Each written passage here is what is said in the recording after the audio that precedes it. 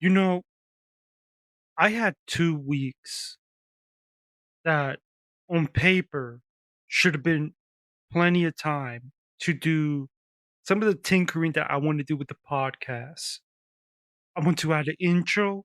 I want to add a couple sound effects in between the segments. I'm going to try to make this a little bit more professional than the stripped down bare bones thing that I have it as now. And I would have thought that 2 weeks would have been enough. But I'll tell you what, like I keep saying, my home life is completely incapable of giving me the opportunity to try to upgrade and have a more professional presentation for you guys. And I've just come to the realization that there's nothing I can do about it up until God knows when things will line up in a way that I can do something about it. So from here on out, I will stop mentioning that an intro is coming because there is no intro coming anytime soon unless a miracle happens and I get time to work on it. And it's been very frustrating watching a lot of people get to upgrade their stuff and try to help to make the presentation more and more professional. Because I'm up against it. There's a lot of content out there in regard to film. There's a lot of content out there, even in regard to Oscar projections. And, it's just me and my lowly newsletter and my lowly podcast. And I really am trying to do better than just this bare bones stuff. But unfortunately, my home life just absolutely refuses to cooperate with me. I can't even properly log my letterbox. I haven't been able to work on my letterbox project of getting all the films lined up of my best films list and all that stuff. I can't even do that. It's odd. Like I don't think some of you realize what a miracle it is that I get any review out, uh, and that I get any podcast out, especially with the situation that I've got going on where us Tampa critics, for whatever reason, are getting more and more shut out of film screenings, with the exception of Universal. Shout out to them. So that's unfortunately the spot that I'm in. So I'm no longer going to keep mentioning that an intro is coming. An intro is coming. I just have no goddamn idea when it's coming. In regard to the weekly digest not publishing, um, well, this should be available on Tuesday morning. So not publishing yesterday on Monday. Unfortunately, I was not able to get this one out in time, and it made me come up. It basically shone a light to me that I need to start just publishing the weekly digest alongside the podcast. Because once again, the home life is making it way too hard for me to even sit down and work on that stuff on Sunday nights. That's the situation that I'm in. So I'm sorry to start this episode complaining, but like I gotta vent to somebody, and the home life has just made it impossible for me to give you a more professional presentation, to work on my letterbox project, and to even get the weekly digest when I wanted to get them out. So from here on forward, the weekly digest will be published on Tuesday alongside the podcast. I will go ahead and promote the podcast episode on social media, but the weekly digest I won't even bother with because, quite frankly, the weekly digest is basically the show notes for the podcast. So I'm not even so unless you're like constantly checking my website or you're a newsletter subscriber, and if you are, God bless you, you're not going to be that aware that the weekly digest has dropped. But I'll make sure to get the word out about the podcast. So getting that out of the way. This is your 14th episode of the Mendez Movie Report Podcast for the week of July 28th, 2026. I'm your host and namesake film critic, Jose Mendez. And on this episode, I will be talking about where I see the Best Picture Oscar race at, where I think it is during the middle of the 2026 Summer Blockbuster season. I will take a look at what the fall festival lineups are telling us. I will react to the Paramount and Warner Brothers merger being delayed until next summer. I will look at the few big items that came out of San Diego Comic Con this past week. I will talk about the Cinerama Dome's reopening. And I do have comments on the passing of director Chuck Russell and the tragic passing of Kaylee Hottle. And as always, I will be looking at the latest box office news along with what's coming next to theaters and streaming. So, with my little rant out of the way, let's get this going because we have got, as always, seemingly, even in a weekend filled with not many really any major releases, we've got plenty of film news to dive in on. So, let's get this episode started. All right, so let's get to the meat of the big topic of this episode, and that is that I have gone ahead and updated my Oscar projections in time for the summer blockbuster season. A couple weeks ago, I talked about my mid-year update. Now, this will be the last update for a little bit in comparison to not being that far off from the last one. But the Odyssey came out, and that finally premiered, so I felt like I had to address what it looked like afterwards. And again, it's been merely a few weeks since my last projections, and I will tell you, it already feels like the race has undergone some dramatic shifts just a couple weeks later. Again, The Odyssey finally premiered and got exactly the reception I needed to see to believe it remained the movie to beat at this early stage of the season. It earned critical acclaim, box office success. It's giving Project Hail Mary a run for its money for the best audience scores of the year. The Academy has already hosted a few screenings for it, and word is the film was a massive hit with those who attended those.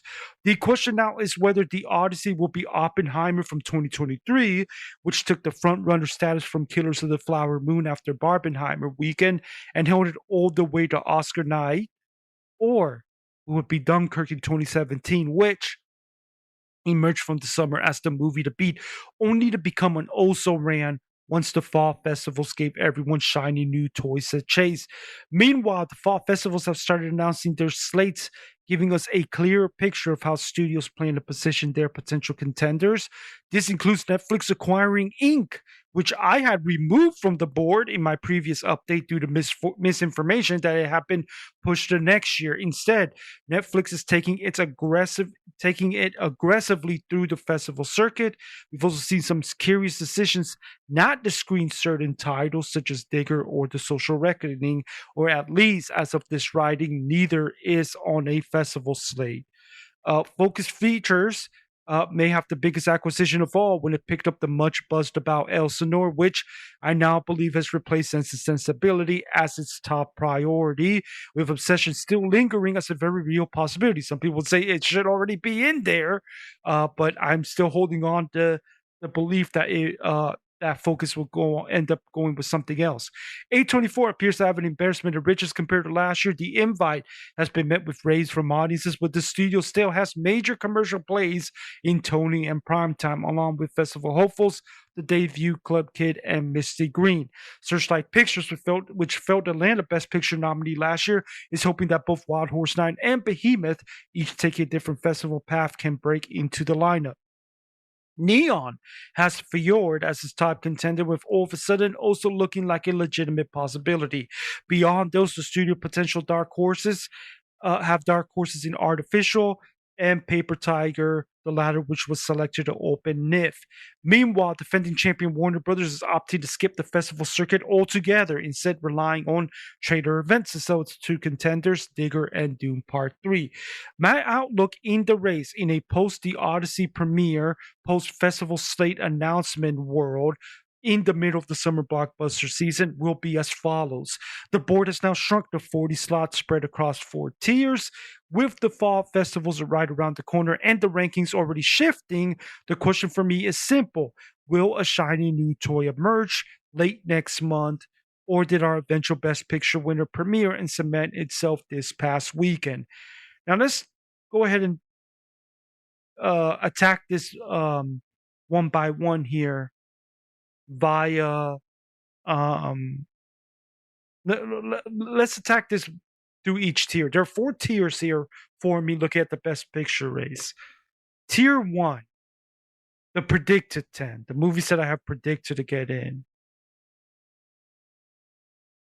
I have The Odyssey at number 1, La Bola Negra at number 2, Project Hail Mary at number 3, Digger at number 4, Wild Horse 9 at number 5, Fjord at number 6, Elsinore at number 7, The Debut at number 8.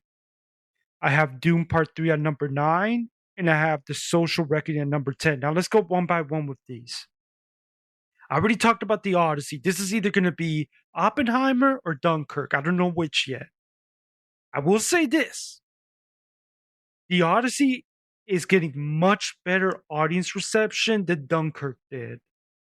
And quite frankly, it's giving Oppenheimer a run for its money on how audiences responded to that film. I have La Bola Negra at number 2. I still think this is going to be Netflix's top priority. I know there's a lot of talk about how aggressive they're being with Ink. I still think this is going to be their top priority. I think this is going to be the big international feature film.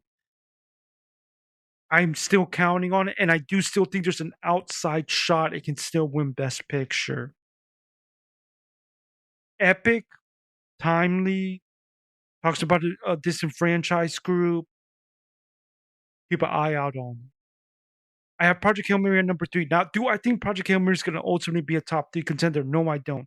The reason that it's slowly climbed from number 6 to number 3 over the last couple updates is that it is the movie that it's honestly getting.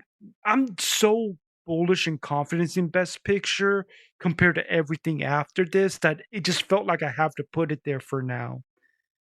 I have Digger at number 4. Now we did get the Digger trailer over since my last update.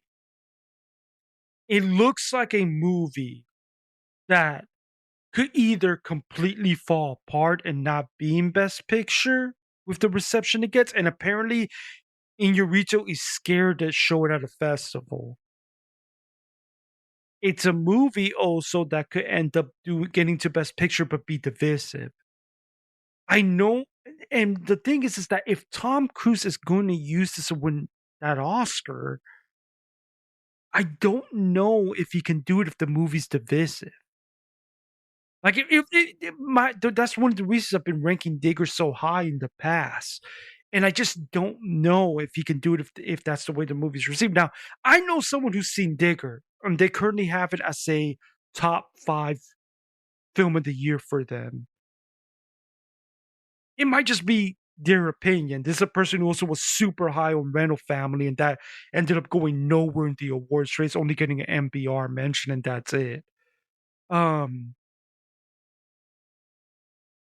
Wild Horse 9 number 5. I do not know what to think about this. I've heard from someone who heard from someone that the movie is not the awards contender people think it is. I've also heard from someone who heard from someone that they think the movie is good, but it's not going to be the movie that can give the Odyssey problems like some prognosticators and Oscar projection people out there believe that it's going to be.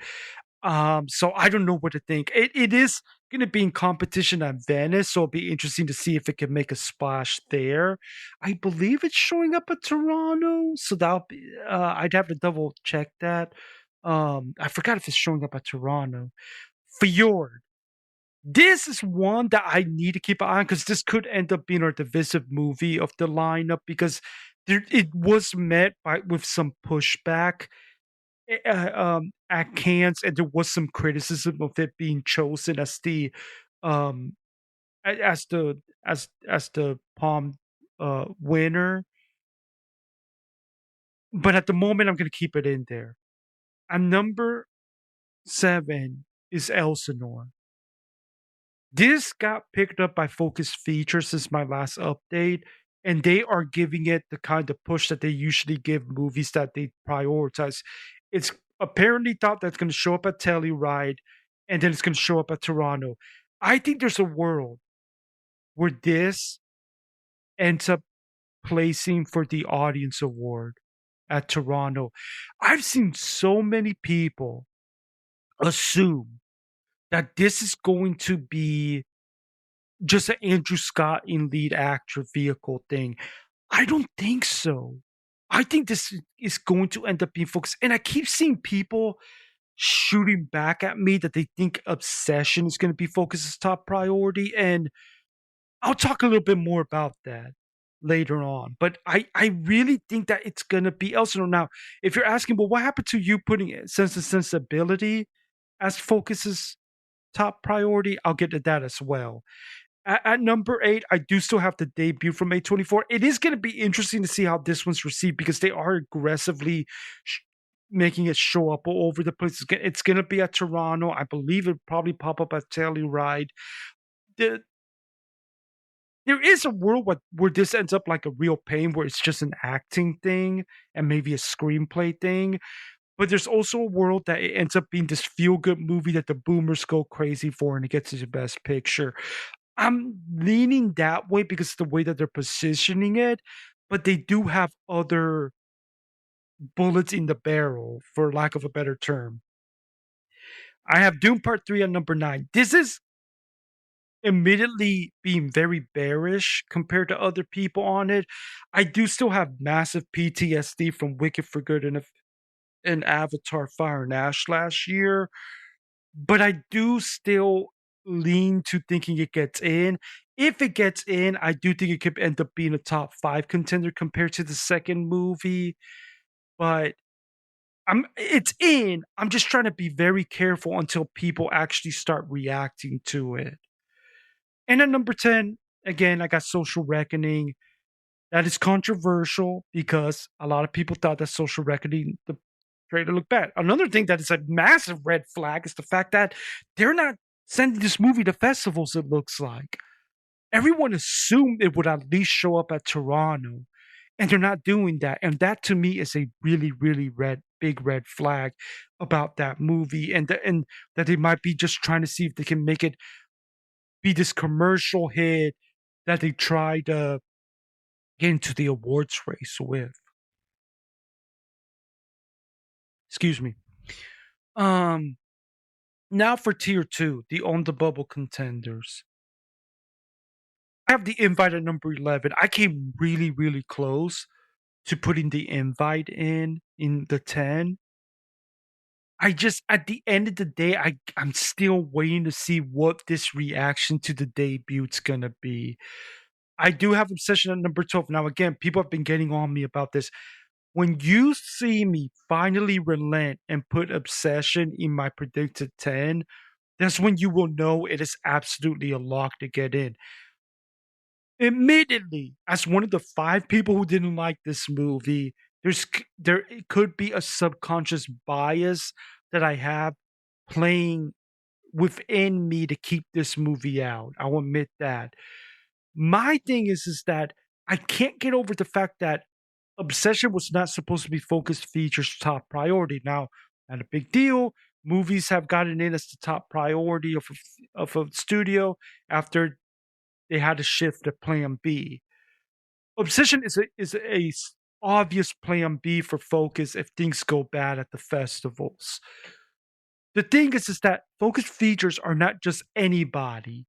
They know they know how to play for these awards. In the last couple of years, they've had very strong top tier contenders with their top priority. Belfast was at worst top 3. Um, Tar was a top 5 contender. Conclave, I believe, was the runner-up for Best Picture. That no worse than top 3. And Hamnet, I believe, was number 3 in Best Picture last year. They them buying Elsinore and positioning the way that they did is not just for Andrew Scott. I don't believe so. I think that they really have a chance to make that they might have a massive crowd pleaser on their hand. And we do always tend to seem to get one movie, at least about a real person. And Elsinore would scratch that itch if we're trying to stay away from Michael getting into Best Picture. But I'm still keeping Obsession at number 12, so it is knocking on there. I do have Behemoth of number 13. I almost put it in my 10, and I know a lot of people are putting it their 10. The trailer definitely made it look like it could be a player. I think there's a chance it could easily become the top priority for Searchlight Pictures. The thing is though is that it not showing up for competition at Venice concerns me, but apparently that was something that was asked of by Gilroy, I believe, the director. It will be apparently showing up at Telluride and then Toronto. If it can place with the Toronto crowd, that would be massive. Yeah. I have all of a sudden at number 14. Keep an eye out on that in case Fjord falls apart. Ink, I have at number 15, returning to the board because it turned out I have bad information. It is going to come out this year. Netflix is being aggressive with it. It could end up being the movie about a real life people that gets into Best Picture. So I have it at number 15. I have Club Kid at number 16. Massive, massive passion for that movie. I want to see if it places with Toronto. Sense of Sensibility, I have all the way at number 17. And the reason for that, it is the massive, massive red flag that it is not showing up at Toronto. And on top of that, I'm starting to hear buzz that Focus lost confidence that this movie can be a big awards player. Um, it is it is not a good sign that they're not going to Toronto because that I thought that's what I was counting on, that this movie would show up at Telluride, do Toronto, plays in Toronto, and that passion, especially among some of the female voters in the Academy that grew up on Jane Austen, would push it into Best Picture. That's it's very hard for me to see that happening now, but I still have it on the bubble just in case. I mean, last year I was kind of giving up on Begonia, and then that ended up coming back around. Um, Now at number 18, 19, and 20, I have the three top movie contenders: Fatherland, Minotaur, and Coward. Thanks to certain things going their way, they did go from tier 3 back down to tier 2. I do think they're back on being on the bubble, though I do think Coward has slipped to number 3 behind Minotaur. Everything that I've heard is that Fatherland is still the number one priority for Mubi. I still have my doubts that either of these movies is going to get them back into the Best Picture race, but I do think they have a better shot than Die My Love, which I will continue to be baffled that they thought that they could potentially get into Best Picture with that. Um, Now it's time for Tier 3, the dark horses on the cusp of being taken serious. At number 21, I have Michael, and I've got the MJ fans always in my mentions, acting like it's the end of the world that I doubt that this movie's going to get into Best Picture. I do know that Clayton Davis from Variety is still thinking it can get in, and I have a lot of respect for Clayton. He's a dude who always tries to find things before other people, and he has done that in the past. A lot of people forget about that. He also doesn't have anywhere near as bad a record at predicting these things as people make it out to be. In fact, he went 10 for 10 in Best Picture last year. I still think that this is on the cusp of being taken serious, but I'm not ready to say it's on the bubble. I still can't get over the fact that its critic scores are so bad. Critics are not going to be pushing this movie. They're just not. Like the Astros, which are extremely populous and a big sample size of a group, they wouldn't even put it in their mid-season Best Picture lineup. Do I think there's still a world where maybe Jafar Jackson and even Coleman Domingo can get a play for for some awards recognition? Yes, I absolutely do. But Best Picture, I'm still skeptical. Being Human, I got a number 22. Again, it was announced as the TIFF opener. That's a red flag. TIFF openers have a very mixed record on quality, and in awards consideration, not very great. Boy and the Heron obviously being one of the big outliers of late. And even that the movie didn't get into Best Picture. Artificial at number 23, even though I'm a little concerned about some of the release schedule with that, which makes me think it might not be as strong as Neon was kind of hinting that it could be when they did their thing. Now, here's the thing. I had a Place in Hell at number 24. On the day that I'm recording this, we found out A Place in Hell was getting pushed to 2027. So that's already off the board. I had a feeling of that that would be the case. And quite frankly, I don't think this movie is the contender some people have thought it was going to be. And the fact that they're pushing it to summer next year is a red flag. Paper Tiger at number 25. It is opening at NIF. It is that did make raise my eyebrow. Josephine at number 26, Rivals of Messiah King at number 27. Josephine's going to try to make some fall festival play. Rivals of Messiah King's coming out in August. This is going to be a big test for these small studios. Sumerian Pictures is super new. Black Bear is struggling to try to get out, try to get an awards campaign going out there. I do not understand why they didn't try to get Messiah King to do some fall festivals before they came out with it. But it's on the cusp, but it's tough for me to see. Adventures of Kung Fu fell all the way down to number 28. It definitely does feel like Netflix is kind of pushing it down on the totem pole. I Play Rocky at number 29.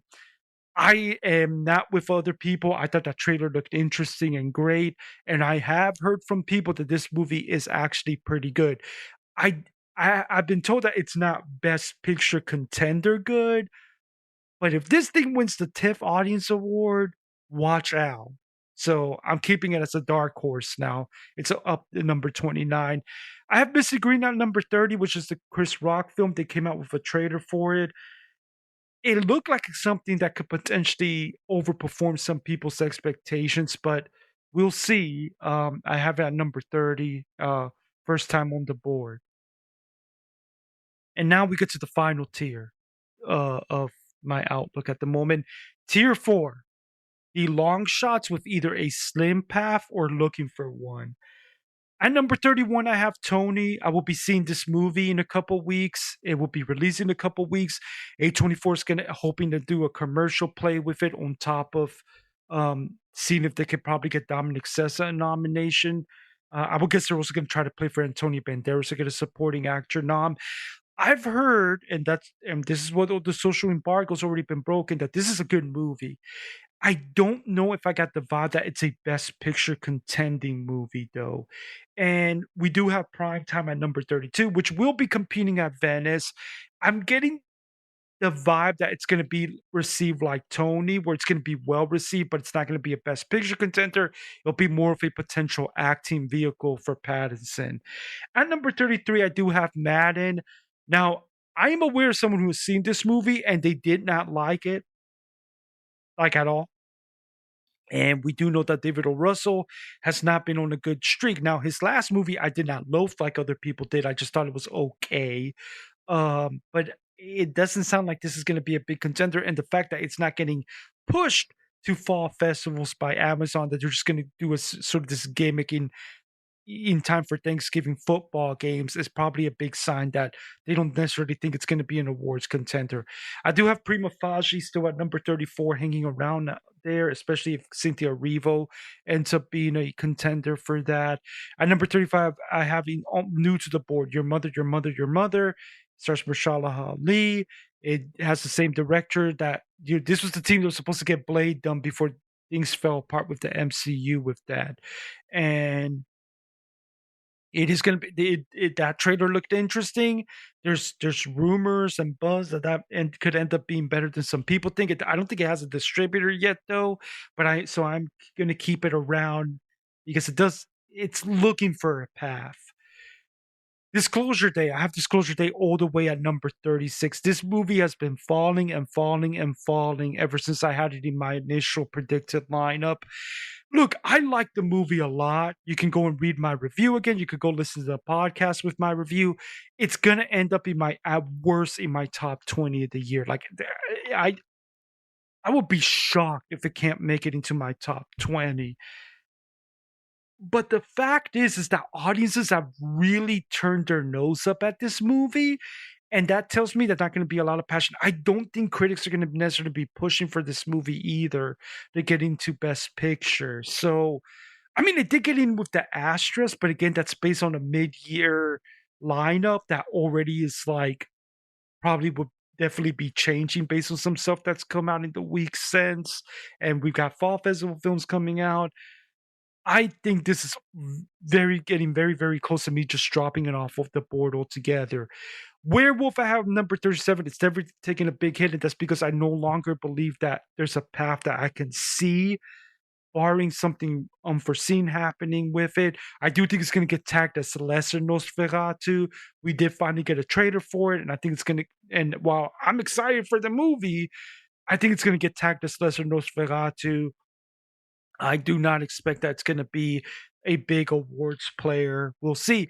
At number 38, I've Godzilla Minus Zero, which again, super, super low chance of that happening, but I'm not going to toss it off the board just yet. Whale Fall at number 39. I do think this has the chance to be a surprise player, but unlikely to get into Best Picture, but I'm keeping it on the board. At number 40, I do have the next Ridley Scott, The Dog Stars. I have a feeling that that is on the verge of coming off the board altogether based on some of the things that I'm hearing about the movie. Um, what was taken off the board? So let me address this. Quiet to Heaven was taken off the board because it definitely looks like that's going to be a next year thing. I Swear has been taken off the board. I do not think the passion is going to be there to keep it in the conversation. Jack of Spades looks like it's going to be a next year thing, so that was taken off the board. Pressure's been taken off the board. Doesn't look like there's the passion is going to be strong for that one, though I do expect it to overperform on the BAFTA long list. Saturn Return, I've taken off the board because it doesn't seem to be showing up at any of the festivals. I will not be completely shocked if Netflix decides to push this to next year. The drama, I've taken off the board because it doesn't feel like it's got the passion that it needs anymore. The Uprising looks interesting, but it does look like Focus is designed to make it a an awards play, and given the release date where it's coming out, it doesn't look like they're going to position it very strongly. So unless it's just bonkers box office and bonkers reviews, I'm not putting it back on the board. Tuner is also off the board again. Well received. I have been seeing people catch up with it and really like it, but it just seems to be too small. Not it's Black Bear. I just don't think the passion's getting. It couldn't even get in with the Astros into best pick into their mid-year best picture lineup. So there you have it. That's where I see the best picture race at the moment. What's going to be my next update? My next update will come right before the Venice Film Festival hits, and we got the Toronto Film Festival right around the corner, on top of Telluride and such like that. That will probably be the next time that I update my projections. But until then, that's where I'm at with the summer blockbuster season. I do still think that The Odyssey is the movie to beat, and I do still think we need to look at the fall festivals to see what's going to happen with some of these, uh, you know, auteur-driven, independent, smaller studios like Focus, Searchlight, A24, and stuff like that. There's still a lot of things to be answered. I'm seeing a lot of people acting like things are locked. There's still a lot of things to be answered, and we still need a lot of these movies to be seen by actual eyeballs at the festivals. Now, let's get to these past weekend in new movies.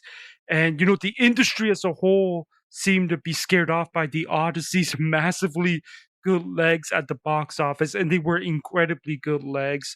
One of the smallest drops from the first week to the second week ended up making more money over the second weekend than Oppenheimer did during its opening week. And the movie's now definitely on track to be join the $1 billion club, barring some incredibly unforeseen, historically bad legs from here on out. Um, and because of that, it left us with a slate of new films this past weekend that were on the smaller side of the scale. Netflix released the intergenerational comedy with Kevin Hart, 72 Hours, which was met with negative reviews from both critics and audiences. Among critics, it got a pathetic 14% on Rotten Tomatoes, 44 on Metacritic last I checked. Among audiences, it was not very good either. 48% of the popcorn meter, 2.6 on Letterbox, 5.5 on IMDb. And I got to tell you, having watched this past Friday afternoon, I will say I thought there was a lot of potential here with the themes that it explored about the way younger men react to life and responsibility versus older men, and I had to get a few chuckles out of it. There was I felt like there was a significantly better movie in this that could have been almost like The Hangover with a twist. But ultimately, the movie does hurt itself with a convoluted plot that it suddenly gets into where the protagonists get caught up with Miami mobsters, and at least it's this bizarre, unnecessary cameo from Andy Garcia. Also, Teyana Taylor pops up in this, and she is regulated to this completely nothing role of like the Kevin Hart's love interest that you see at the beginning and the end of the movie. And it does feel like you could tell that they shot some stuff with her that was supposed to be shown throughout the movie that apparently they cut off, and I just felt like this role was, like, off from what we know Taylor can do, and when you add this and Scary Movie, I'm a little concerned that she followed up one battle after another showing up in this stuff, so I mean, look, maybe she's just enjoying doing these comedies and getting to be a part of them, but I was really taken aback over her being in this and in the role that she is in this in. Meanwhile, Apple TV released its own comedy straight to streamer this past weekend with The Dink, satirical sports movie with some big names in its ensemble about a washed up tennis player who turns to pickleball in an effort to save his dad's country club. Interestingly enough, critics seem higher on this one than audiences. Critics gave it a 74% on Rotten Tomatoes and a 57 on Metacritic last I checked. Audiences, meanwhile, gave it just a 56% on the popcorn meter, 3.0 on Letterboxd, 6.2 on IMDb. And I will say, having seen the movie for myself this past Friday, I did a double feature of this and 72 Hours. Look, I like this okay enough. I definitely think it's a better movie than 72 Hours, but I think that there's a certain romantic subplot fake out in this movie that I think is a big reason why audiences are mixed and negative on this, whereas critics seem to be more mixed to positive. Look, I got more than a few chuckles of this. I'm positive on it. I would kind of recommend it as a throwaway movie to play on during a lazy day if you're in the mood for something that you're hoping to make you laugh that you've never seen before. Um, but there are certain choices that are made in this that I think is why you're seeing some of the general audience not be as in love with this or as impressed, I should say, not necessarily as in love, but as impressed as we critics were. Um, Paramount Plus gave us its own straight to streaming counter programming with Avatar Aang, The Last Airbender. And this is an extension of the first season of that hit Nickelodeon Avatar animated series, which they announced at Comic Con that there's a third series coming up. Um, and look, I will admit that unlike a lot of people of my generation, I did not grow up a big fan of this franchise. I've caught a couple few episodes here and there, but I just never clicked with it and the characters. The live action movie is atrocious and one of the worst paced films I've ever seen in my life. Um, and you know, that's probably why this came off as more of just okay. I watched it this morning as I record this.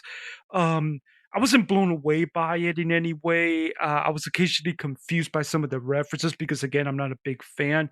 But but if I was barely positive on the movie, that probably means that a lot of actual fans, some of you who are probably listening, would consider you big fans of this franchise will probably love it if you haven't seen it yet.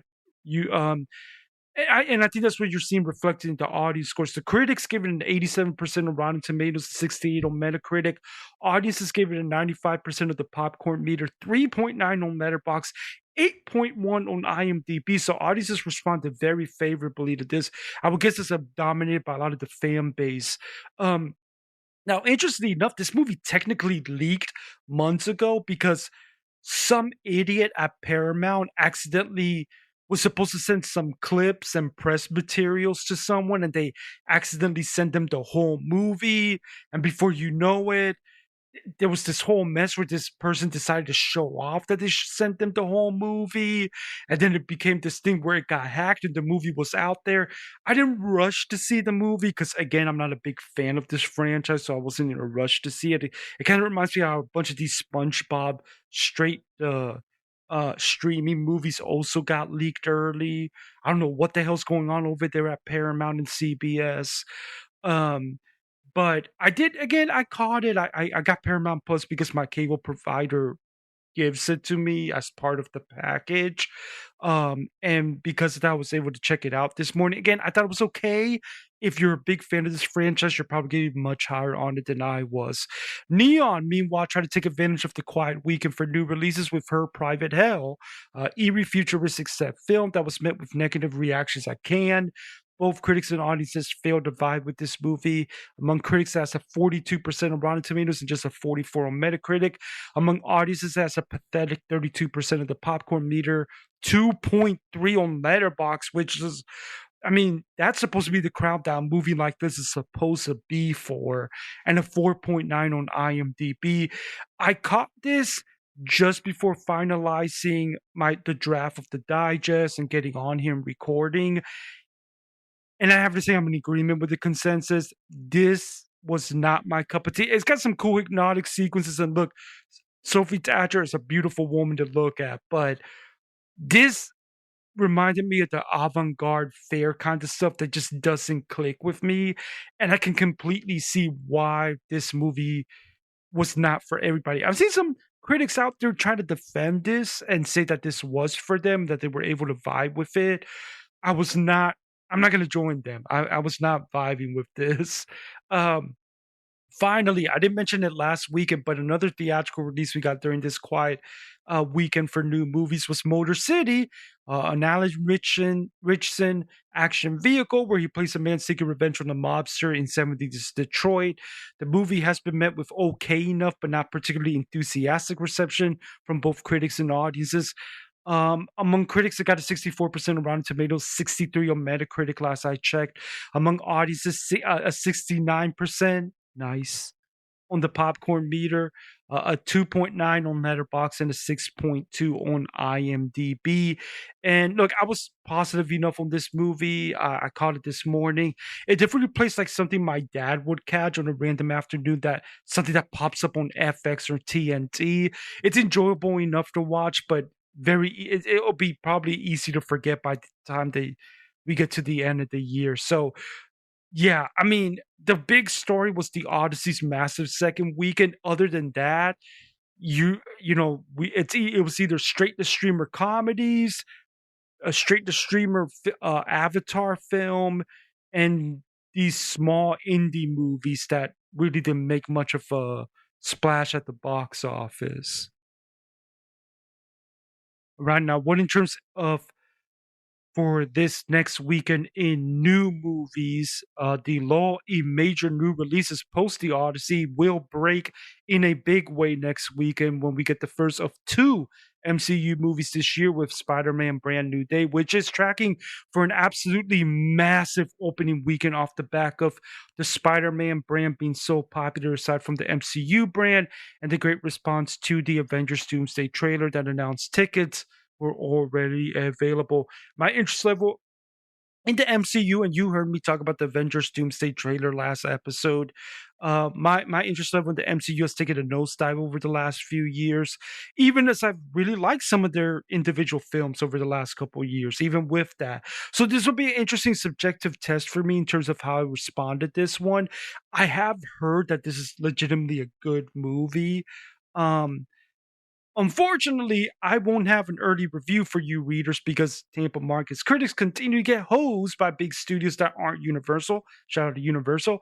And I will be catching this one with general audiences. So a written review will still be coming from me via the Substack. I will definitely talk about the movie in next week's episode.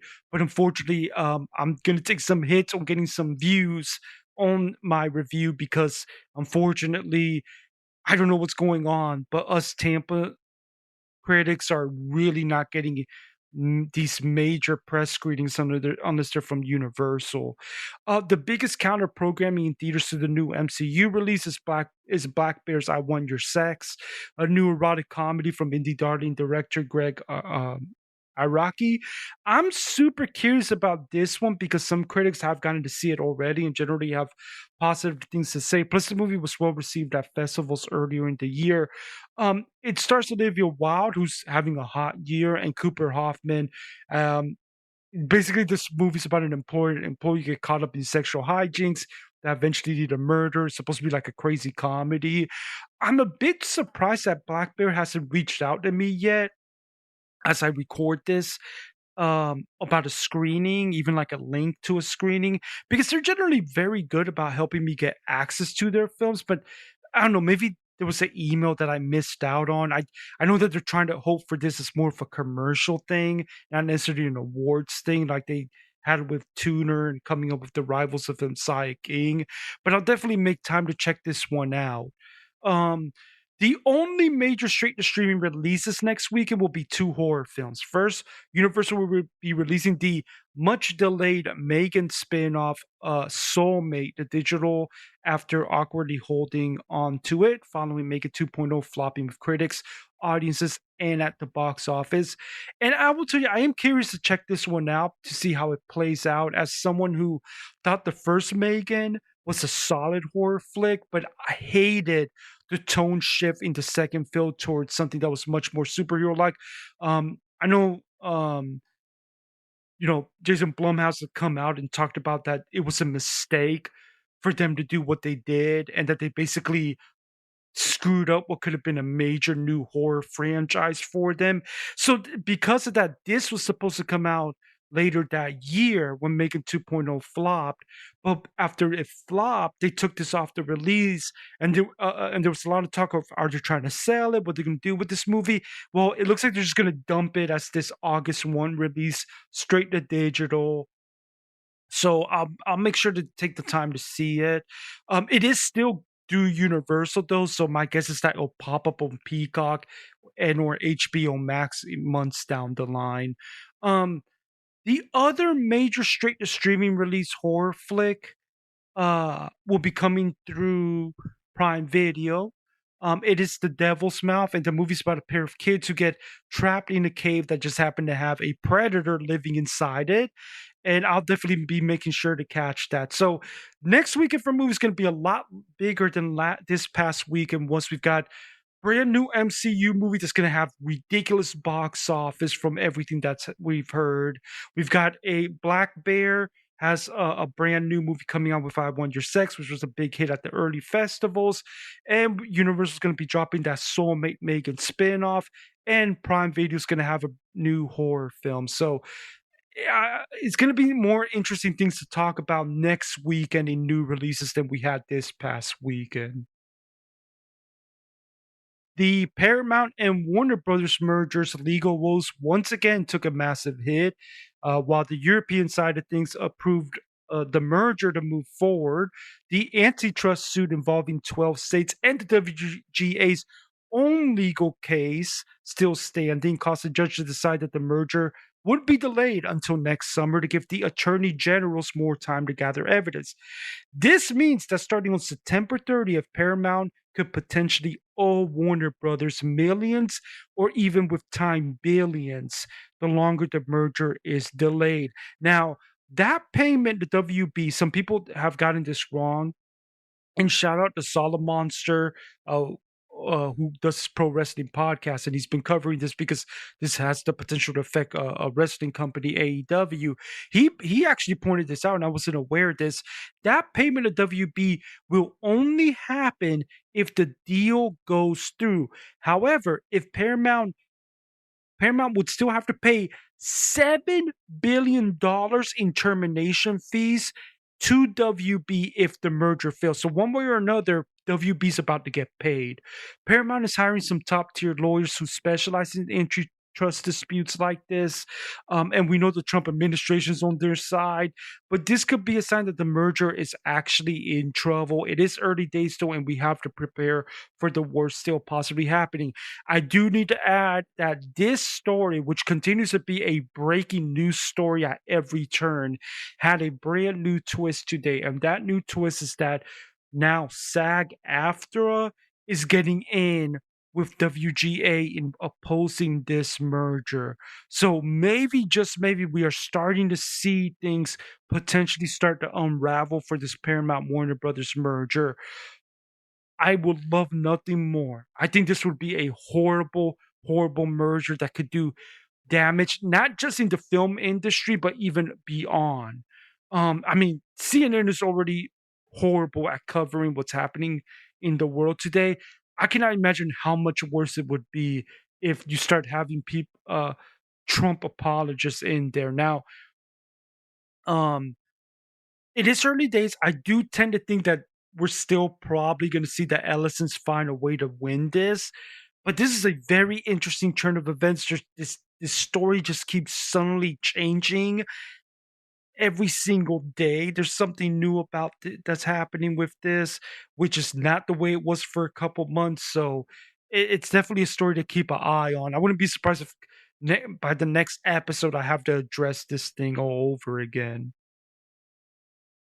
This past weekend, honestly, this past week overall, we saw San Diego Comic Con hold what looks to have been its most successful event in years. What was once a major annual calendar event for announcing and hyping future films and TV projects, um, it had lost its luster. It had. I remember when San Diego Comic Con was a massive, massive event. Um, but it definitely lost its luster after the pandemic. But this year brought a couple major reviews, and it started to feel like maybe things are starting to revive in the industry using San Diego Comic Con to hype up and sell their upcoming movies.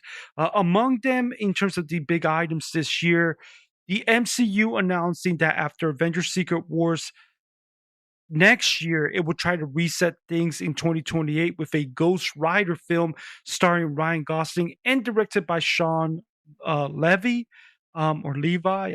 I've always said Sean Levy. Now, I just want to note this.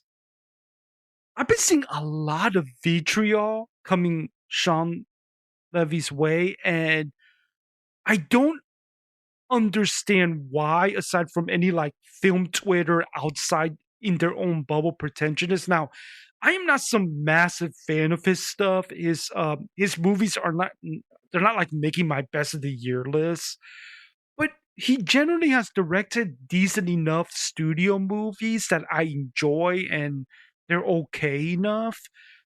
It's bizarre to me to see, like, unless I'm not aware of some personal stuff with him that people look down on. I don't understand the vitriol. Now, we did also learn that Ryan Coogler's follow-up to Sinners will be, as we thought it would be, Black Panther 3. David Johnson was cast as as T'Challa's son, the titular character's son. So I guess it's going to be a bit of a time skip compared to part 2. Now, this film will also be shown in large format celluloid.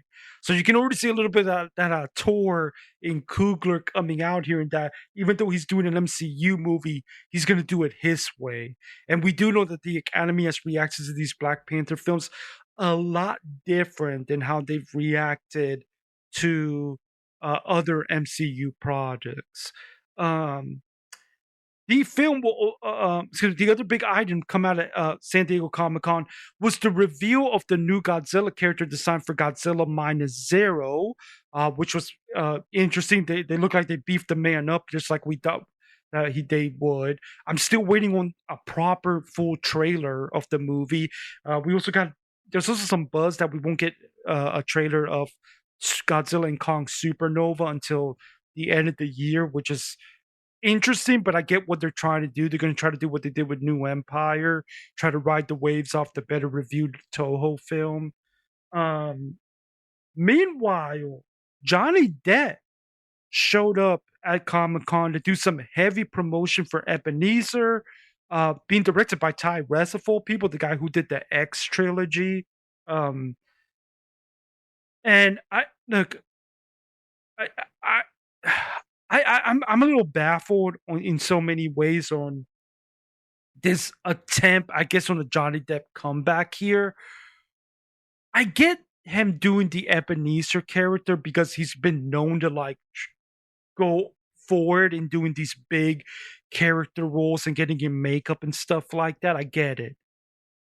But the marketing for this was bizarre to me, that they presented the trailer showing off all of these like almost like this tone of like he's back and we're gonna like try to use this as sort of like something that extends from the whole Amber Heard, Johnny Depp, disastrous, you know, mess of the court case stuff. Now, look, there are people out there who cannot stand Johnny Depp, specifically in certain social spaces.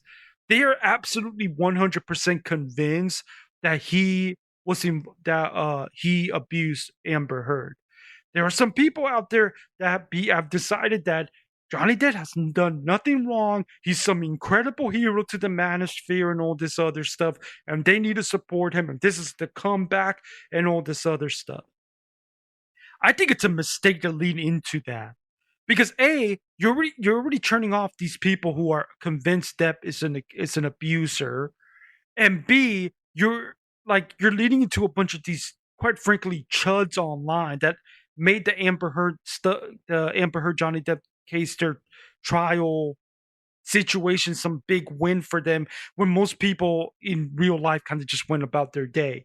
Now, my personal opinion on the whole thing, and why I don't really comment much on social media, is that I think it's a little bit of both. I think this was clearly an extremely toxic relationship that these two were in. And clearly, they should not have. And the trial was an absolute mess. The whole PR crap that apparently Depp was paying PR to slam Heard was a mess.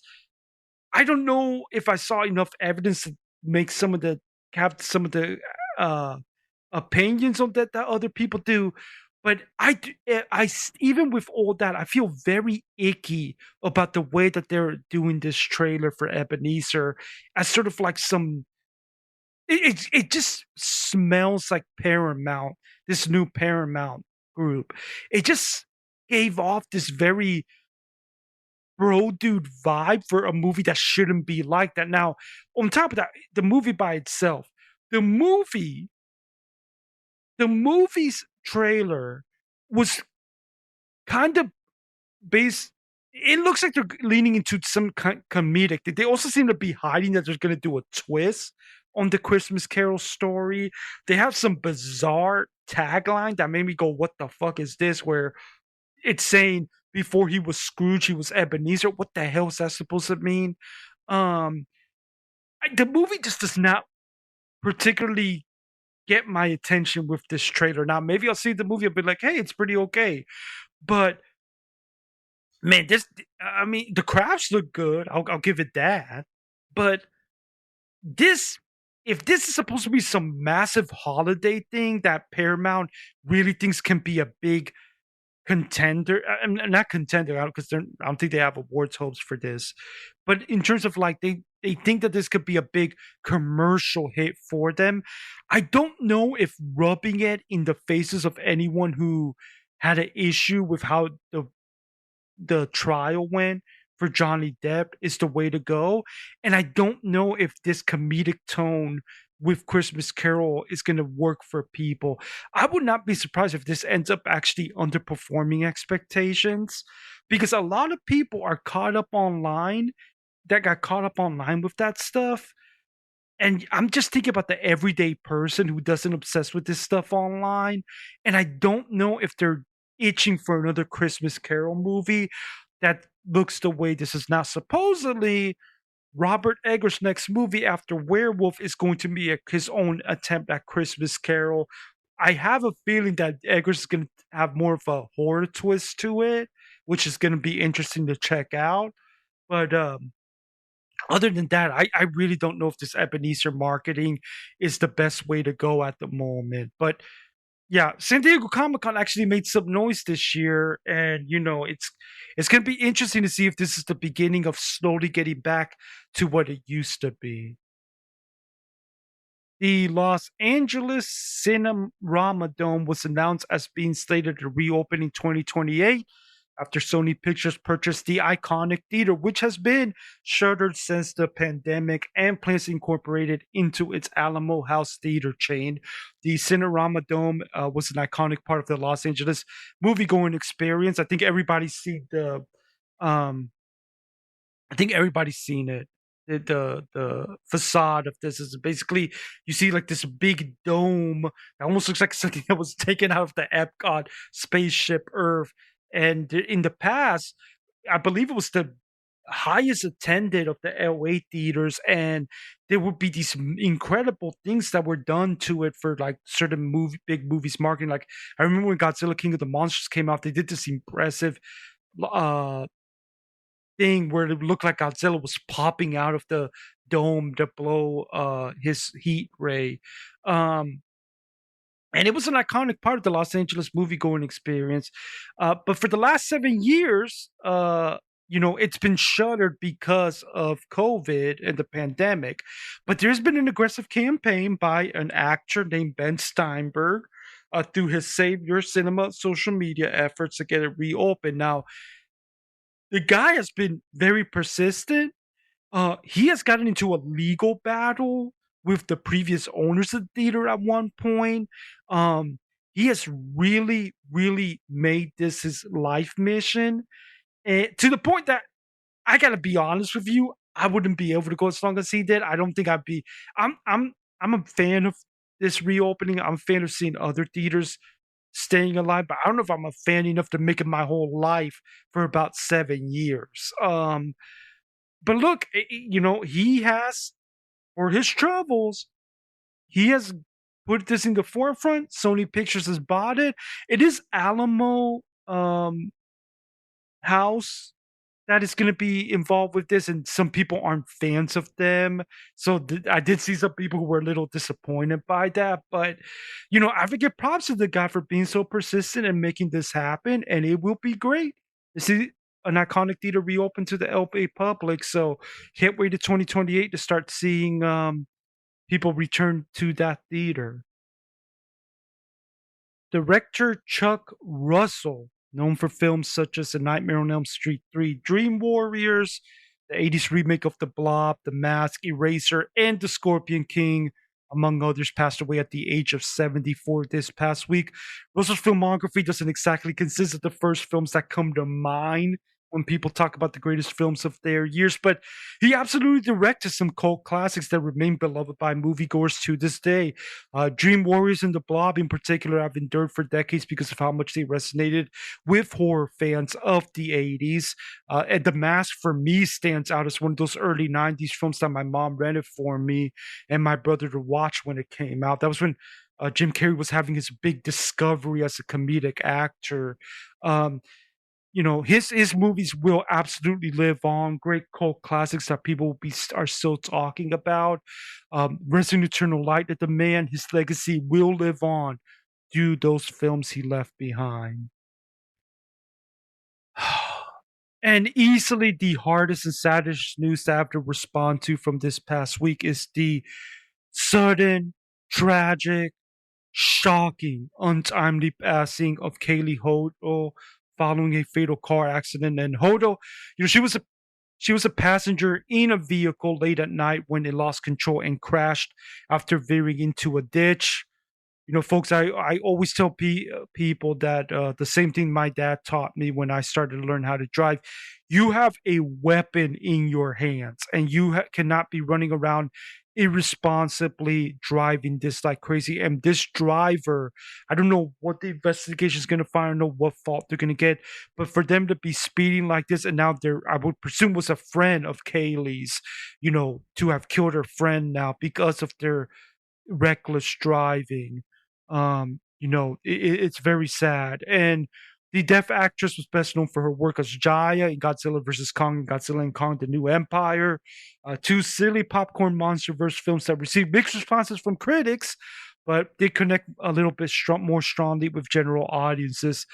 Even so, many of the film's harshest critics still singled out her performances for praise. As a Godzilla superfan, I'd argue Jaya is one of the best human characters the franchise has ever had. She definitely was the heart of those two movies. Um, and look, it might be the new girl dad in me talking, but this one hit especially hard compared to some of the other recent industry passings. Sam Neill sucked, but the man was up there in age and he had fought cancer. Um, this was a young woman who had just turned 19, had her whole life ahead of her, and one car crash takes it all away. It's a sobering reminder of how fleeting life can be. May she rest in eternal light. I know she'll be remembered fondly by both the Godzilla and Kong fan communities, but in particularly by the deaf community. And there is a GoFundMe that was set up by her family. I'll double check to see if it's still active and post it on the show notes if I have to. Um, but extremely sad news. Just years. Like it just feels like it was just yesterday watching Godzilla versus Kong and Godzilla and Kong: The New Empire for the first time, and all of a sudden, like we watched her as a kid in those movies, and now she was becoming a young woman, and suddenly she's gone. It's just really, really shocking and absolutely tragic. In terms of this week's what else is on my mind that is not film related,